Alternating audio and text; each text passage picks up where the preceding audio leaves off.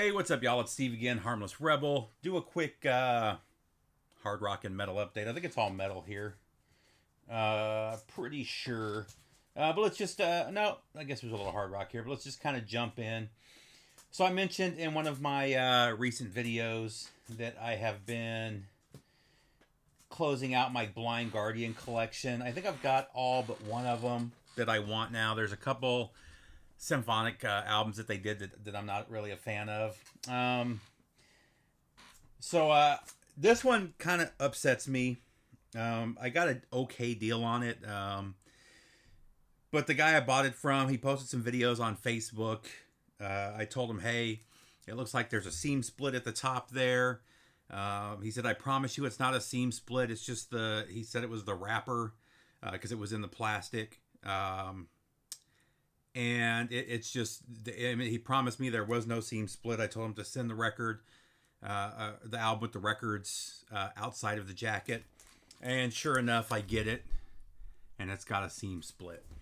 The sad thing is I bought a lot of stuff from him. And the fact that I pointed it out, I was like, I'm pretty sure that's a seam split. I believed him because I had bought a bunch of stuff from him in the past. And it turns out it was exactly what I thought it was. So actually, so I was real late to Blind Guardian. I first checked them out when this album came out. It doesn't say on the back. I think it was early 2000s when this album came out. And though I was a fan of power metal at that time, for some reason I did not like this album at all. And actually, that's kind of the reason that this was the last one that I bought. Just getting this one in about a month ago. But this one is Night at the Opera. And I didn't like it at all. And because I didn't like this album so much, it stopped me from buying any of the Blind Guardian albums because of that. And then maybe I was at Goodwill or a used store, but I ended up getting a CD copy of this album for really cheap. Maybe $2. So I went ahead and grabbed it. I was like, let me give them a second chance. And man, I really like this live album. Songs like Bard's Tale or Bard's Song, which is one of their biggest hits. But really their earlier stuff. So that led to me grabbing their first 3 or 4 albums on CD, and I ended up loving all of them. And over time, I've gotten them all on vinyl now, and they've become a favorite of mine. This is still one of my favorite of their live albums. Just fantastic, and I love pretty much everything that they've released with the exception of those last couple of operatic albums that they did. And actually their newest album from this year,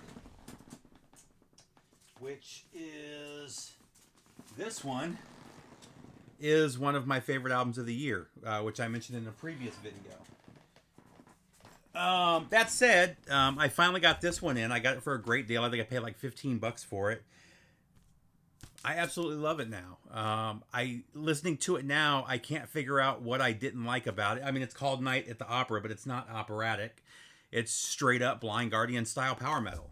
So I'm not sure what it was about this that kept me from listening to them for so long, but I'm glad I finally got on the Blind Guardian bandwagon. Just really killer power metal. If you like Halloween, you're going to like Blind Guardian type of deal. So fantastic and glad. I think I still need, I think there's one live album of theirs that I don't have on vinyl. But as far as their studio albums, I have everything now. Really happy to finally have this one in the collection. I've loved Suicidal Tendencies since the 80s. My favorite era is the Robert Trujillo era. For some reason, I have never owned this album before in any format. I knew most of the songs on the album just through mixtapes and tape trading and stuff like that, but I've never actually owned a copy of it. So I was really happy when they finally repressed this one. I love the artwork. The artwork has always been fantastic on Join the Army, but I believe it's their second album. But so this is the Vinyl Me Please, or I'm sorry, MOV version that just came out. I mean, the artwork is, look at how good the artwork is on this. It's just fantastic. Just really killer. Suicidal Tendencies at their best. Next up, I went ahead and grabbed this one. I was ordering something else from Real Gone Music and went ahead and grabbed this one too. I had never heard this album. The first two, Britny Fox is one of those bands. I've always kind of considered them like third tier 80s metal. You know, I always thought their first two albums were a little sleazier on the sleaze metal scale than I was into. And I thought their lyrics were kind of sophomoric. I may need to go back and listen to them again because it's been years. I do have their first two albums, but I went ahead and grabbed this one. I got it on sale, and I liked it, man. I think this may be my favorite of the Britny Fox albums that I've heard. Really dug this. I ended up spending it a number of times. I was really happy with it. Next up, a hometown favorite of mine. I live outside of Atlanta now, but I grew up in Phoenix. I was born in Tucson, Arizona. So my formative years, though, from about 11, 12 years old until 19 when I joined the Navy and went overseas, were spent in Arizona. So Flotsam and Jetsam, I believe this is self-titled. Really killer. You can't go wrong. There is a couple album period with Quattro and one other that I wasn't a huge fan of at the time. Outside of those two, which I understand why people may not like those, all of their albums are fantastic. And I personally, those have grown on me. I actually saw them in 95 on the tour. I think it was for Quattro. And they just didn't sound good. It didn't sound like they wanted to be at the show. And it was a huge show. I mean, it was Fear Factory, Korn's very first huge tour. Then Flotsam and Jetsam, and then Megadeth. So it was a fantastic show. Flotsam and Jetsam just didn't sound good, and it turned me off on them for a long time. But a few years later, they picked it up, and they really came back from a vengeance. And for the last 20 years, they've just been putting out fantastic albums, and this is one. This was getting pretty expensive. This is the gold vinyl version. These were going for like $60, but a repress was just done of this, and you can get it for a decent price again. So make sure you grab this one, because when the Flotsam and Jetsam stuff sells out, the prices generally start to shoot up. Next up, this was a funny one for me. This is Fear Not. I've talked about them before. Fear Not is a Christian hard rock metal band from the late 80s. Maybe it was early 90s. Their last album that they did a few years ago had kind of a country tinge to it, which I personally really liked. I think it was an EP, actually. This is technically their second full-length album, and it's really good hard rock. I really dig it. And then it gets kind of weird at the end, though, with the bonus tracks. One of them's God's Country, which is a what's the guy from Blake Shelton, which is a Blake Shelton song, and then kind of a acoustic reprise of one of the other songs on Carry Me. I don't think that's on here. It's just kind of a weird ending to a really good hard rock album, but it really is a fantastic album. Really cool artwork. I do recommend checking it out if you like the first Fear Not album. So this next one is kind of new territory for me. This is one of those bands that's been around, really making waves for the last couple of years. The singer, she's fantastic. She's got a really beautiful singing voice, and then her metal scream or growl is fantastic as well. They started off, I guess, as kind of a metalcore band. I don't know. I haven't listened to their first few albums. But they've kind of gone the way of the avant-garde metal bands like Periphery. Or is it Periphery? It's not Periphery I'm thinking of, but they're one of them. Or like Animals as Leaders. I really dig Animals as Leaders. They're not as progressive as Animal as Leaders, but it's still going towards that sound. But this is the newest, Wallflowers from Ginger. I really dig this. I've been listening to it quite a bit. I can't think of the singer's name. If I wasn't doing this video, it'd be right at the tip of my tongue. But fantastic singer. I recommend checking them out on YouTube. There's a lot of reaction videos, and they do some really good videos.